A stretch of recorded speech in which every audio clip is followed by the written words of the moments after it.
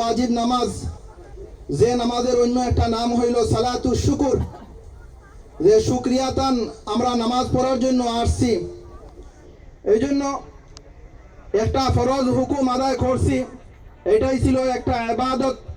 আর ওই ইবাদতের সীমাপনির জন্য, ওই ইবাদতের শুকরিয়া আদায় করার জন্য আজকে মাঠের মধ্যে আসা।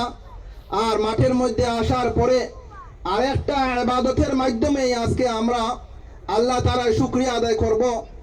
আর ওই ইবাদতের ভিতরেই আল্লাহ তাআলা খুশি দান করছে, ওই ইবাদতের ভিতরেই আল্লাহ তাআলা মুমিনদের আনন্দ দান করছে, ওই ইবাদতের ভিতরেই আল্লাহ তাআলা মুমিনদেরকে আনন্দ বোধ করার তৌফিক দান করছে।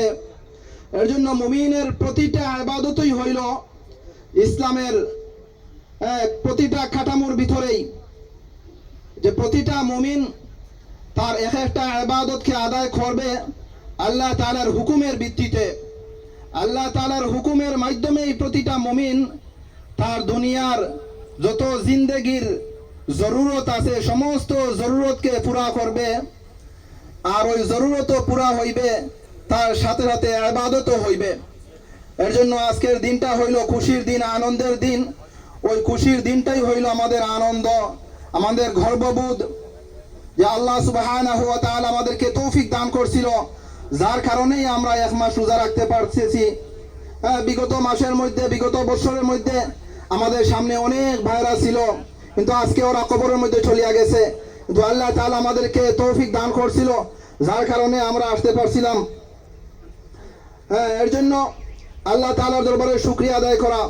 আল্লাহু আকবার, আল্লাহু আকবার, লা ইলাহা ইল্লাল্লাহ, আল্লাহু আকবার, আল্লাহু আকবার, ওয়ালিল্লাহিল হামদ। আল্লাহু আকবার, আল্লাহু আকবার, লা ইলাহা ইল্লাল্লাহ, আল্লাহু আকবার, আল্লাহু আকবার, ওয়ালিল্লাহিল হামদ। আলহামদুলিল্লাহ ভাই, ঈদের নামাজ আমরা পড়ার জন্য আসছি। আমরা সবাই জানি ঈদের নামাজ হইল ওয়াজিব, কিন্তু ওই ওয়াজিবটাকে আমরা কিভাবে আদায় করতে হইব তার জন্য কিছু মাসআলার জরুরত আছে। যে আমরা আজকে যে ইমাম সাহেবের পিছনে নামাজ আদায় করব, উনি হইল গিয়ারি মযহাবুল মালিক, তথা ইমাম মালিক রহমতুল্লাহি আলাইহির উত্তরসূরি। যে ইমাম মালিক রহমতুল্লাহি আলাইহির অনুসরণ